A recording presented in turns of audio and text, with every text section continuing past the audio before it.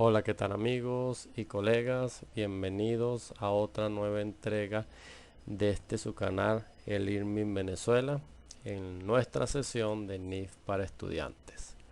Hoy, como lo están viendo en sus pantallas, vamos a estudiar la depreciación de aquellos activos que han sido revaluados y su contabilización.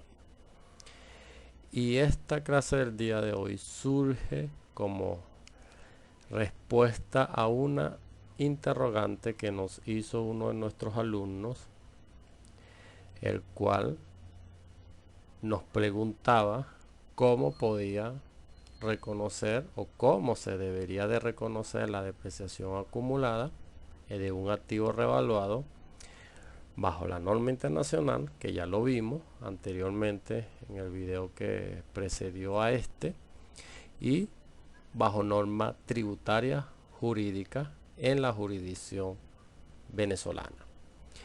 Y acá me detengo un poco para hacer esta acotación importante.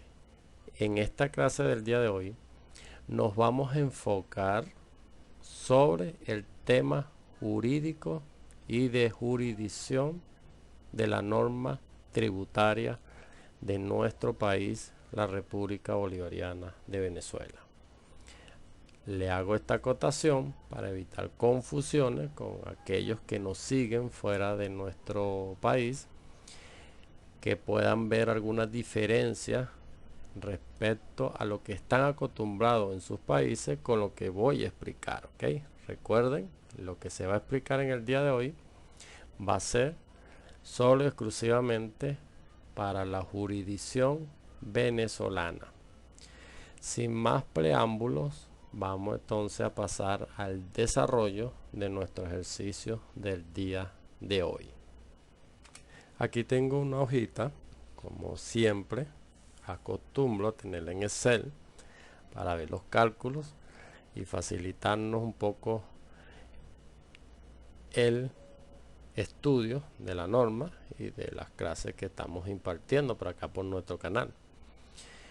La pregunta de nuestro alumno fue: ¿se puede reconocer la depreciación del ejercicio de un activo revaluado en impuestos sobre la renta?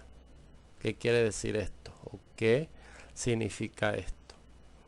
Esto significa que al momento de hacer una revaluación de un activo, buscar sus valores razonables, y esos valores razonables están certificados bajo un perito tasador, nuestro importe en libros de el activo y su depreciación asociada cambian significativamente. Se va a revalorizar ese importe en libro, se va a aumentar ese importe en libro.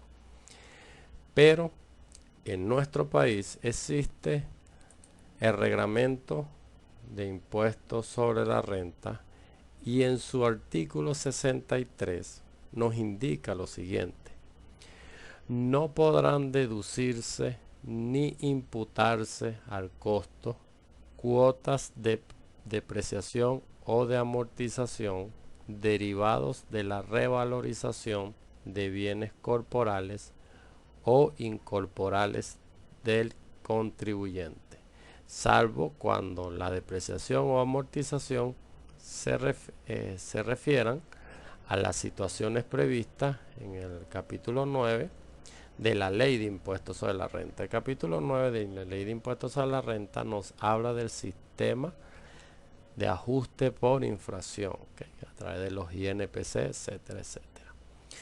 Pero aquí, en este artículo 63, nos limita el reglamento de impuestos sobre la renta, los limita a poder utilizar o poder compensar ese gasto de depreciación con el nuevo importe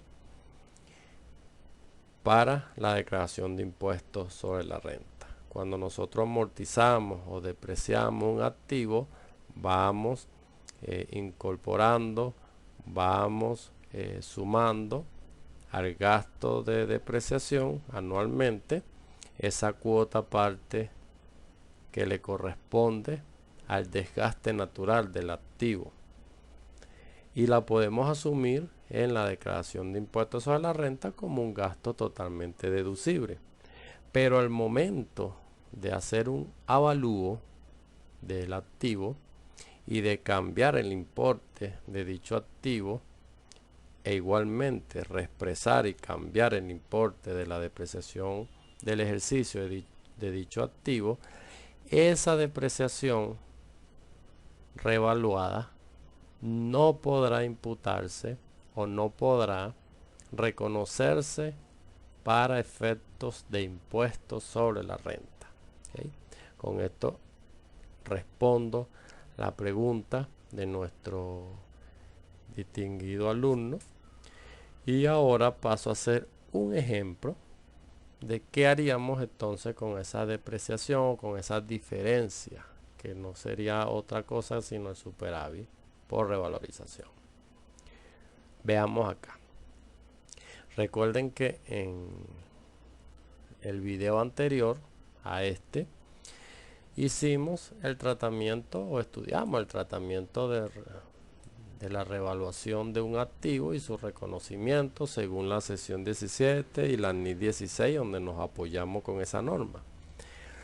Y estipulamos que teníamos acá, vean, que teníamos un activo con valor histórico, una depreciación acumulada, un deterioro acumulado y un valor neto histórico de 3030.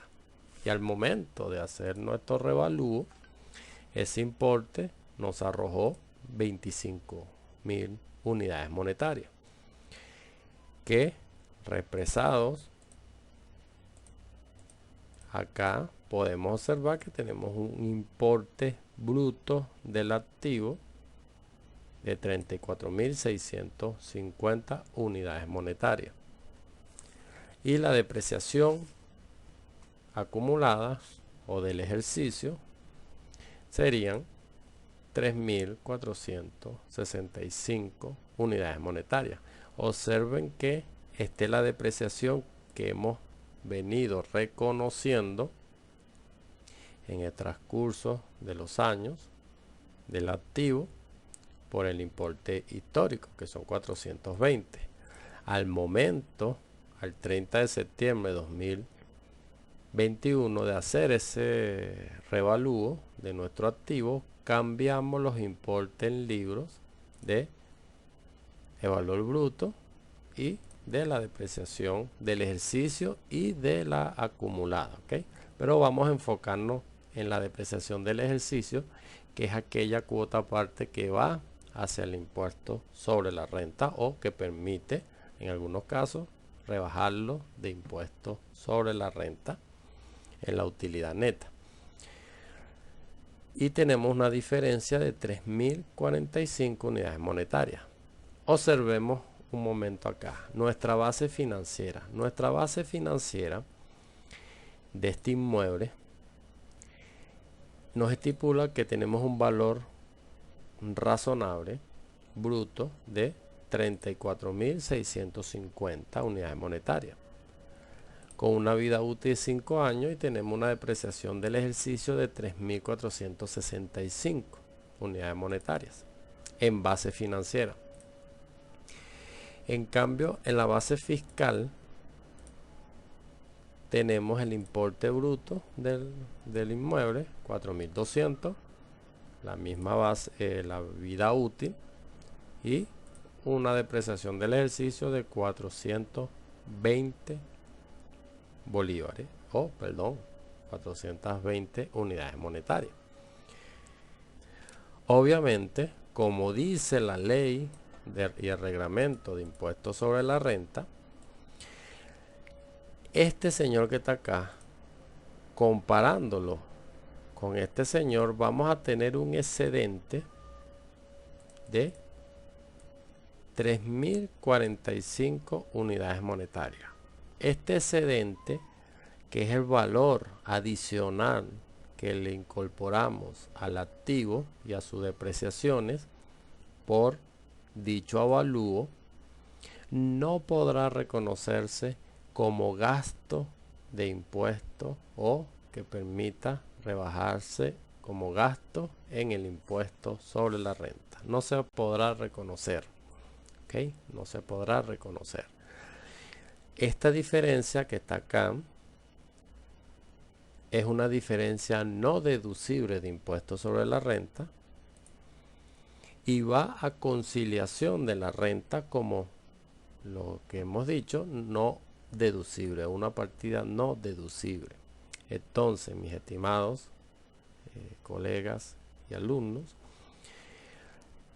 cuando realizamos un activo revaluado o revalorizamos un activo a través de sus valores en mercado, reconocemos nuestro superávit por revaluación y reexpresamos ese importe en libro del activo y sus depreciaciones para hacerlo homogéneo al activo.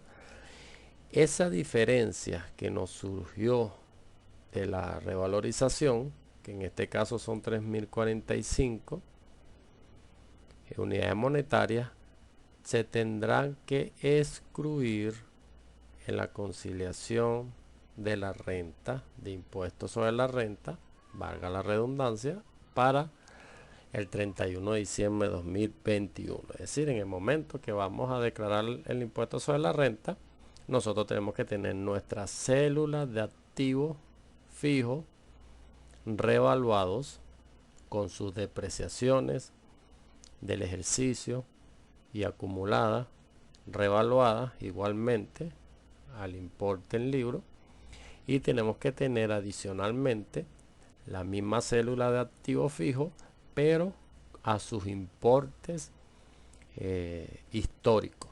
¿Por qué? Porque la ley nos prohíbe reconocer esta depreciación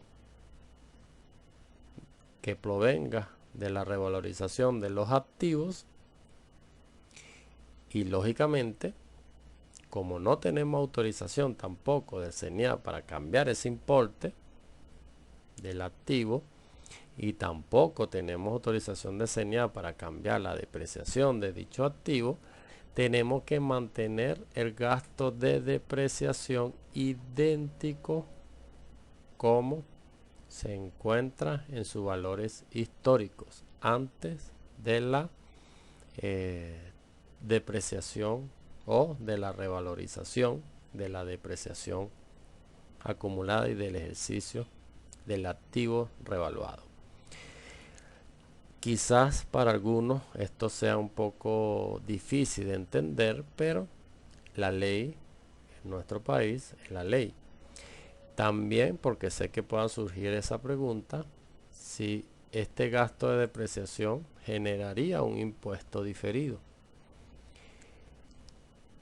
Lógicamente, toda diferencia entre las bases financieras y las bases fiscales generan una diferencia temporaria que posiblemente sea un impuesto diferido activo o pasivo, dependiendo del caso. Lo que tenemos que saber y hacer la acotación, que el impuesto diferido activo hay que evaluar la viabilidad de ese impuesto a poder ser reconocido en un futuro o en los periodos futuros de la empresa. Esta revalorización no va a poder ser reconocida en las futuras declaraciones, puesto que aún la ley no ha cambiado y sigue estando la prohibición que ya hemos visto en el artículo 63, que lo tengo por acá, artículo 63 del reglamento de impuestos sobre la renta.